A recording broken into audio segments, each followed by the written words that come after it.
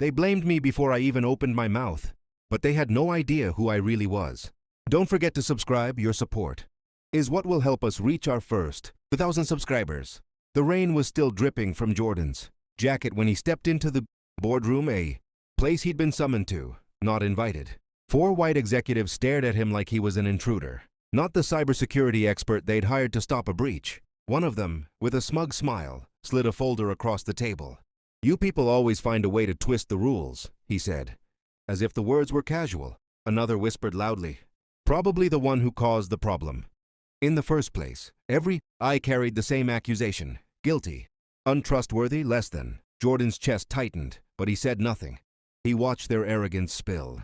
Across the table, men so certain he was the threat, so convinced the title on their badges made them superior. As they talked over him, dismissed him, mocked his credentials, Jordan quietly opened his laptop. The room didn't even notice, too busy blaming him for a disaster they didn't understand. Then the screens on the wall flickered. The lights dimmed. A live feed appeared. Logs, timestamps, access trails. Jordan's voice cut through the room like thunder. "The breach came from inside this department. And here's the proof."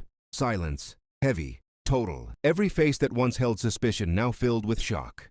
Jordan tapped a key, revealing the real culprit, one of the same executives who had mocked him minutes earlier. The evidence was undeniable. The man stuttered, pale, collapsing into his chair as the others stared, suddenly speechless, suddenly aware of the man they had underestimated. Jordan stood, calm but powerful. "This wasn't my fault, but your prejudice almost made it impossible to see the truth." The weight of his words settled over the room. No one dared to interrupt. No one dared to look him in the eyes. And for the first time, Jordan felt something shift, not just in that boardroom, but in the minds of men who had believed titles could hide their ignorance. As he walked out, he left them with a final lesson.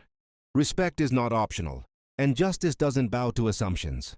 If this story moved you, make sure you stay with us, comment your thoughts, and subscribe for more powerful stories that speak truth, inspire strength, and remind the world never to judge by appearance.